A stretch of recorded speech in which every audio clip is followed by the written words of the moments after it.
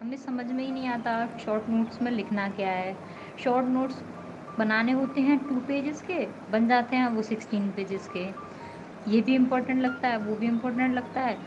सारी चीज़ें उसमें लिखेंगे, शॉर्ट नोट शॉर्ट ही नहीं रहते, है ना? तो क्वेश्चन ये है कि शॉर्ट नोट्स आखिर बनाने कैसे हैं ना, समझ में नहीं आता। तो पहली चीज़ तो आपको ये समझनी पड़ेगी कि शॉर्ट नोट्स बनाने के लिए हमें कोई 32 पेनों की ज़रूरत नहीं पड़ती। Only black and blue pen से आपको शॉर्ट नोट्स बनाने हैं। हाँ, आप एक रेड पेन यूज़ कर सकते हो ब्लॉक बनाने के लिए, इंपॉर्टेंट फॉर्मूले थे यहाँ पे स्टार लगाने के लिए, जिसमें मिस्टेक एंड ऑल के लिए, ठीक है। दूसरी चीज़, 4 किताबों से शॉर्ट नोट्स नहीं बनाने हैं आपको कि थोड़ा उसमें से देख लिया, थोड़ा उसमें से देख लिया, ऐसे नहीं। आपको एक ही पर्टिकुलर सोर्स पे स्ट्रिक्ट रहना है, ठीक है, बिल्कुल। जैसे आप अपने नोट्स में से पढ़ रहे हो तो सिर्फ नोट्स को ही, जो आपके एलेबोरेट वाले नोट्स हैं, लॉन्ग नोट्स, उनको ही शॉर्ट में आपको लिखना है।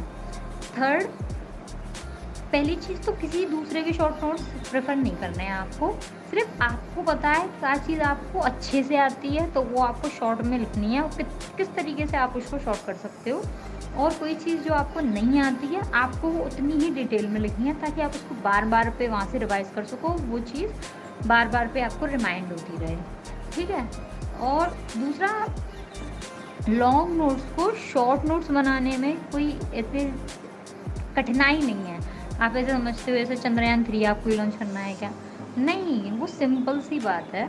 मैं ना आपको क्या करती हूँ, अपने शॉर्ट नोट्स का एक एग्जाम्पल दिखाती हूँ।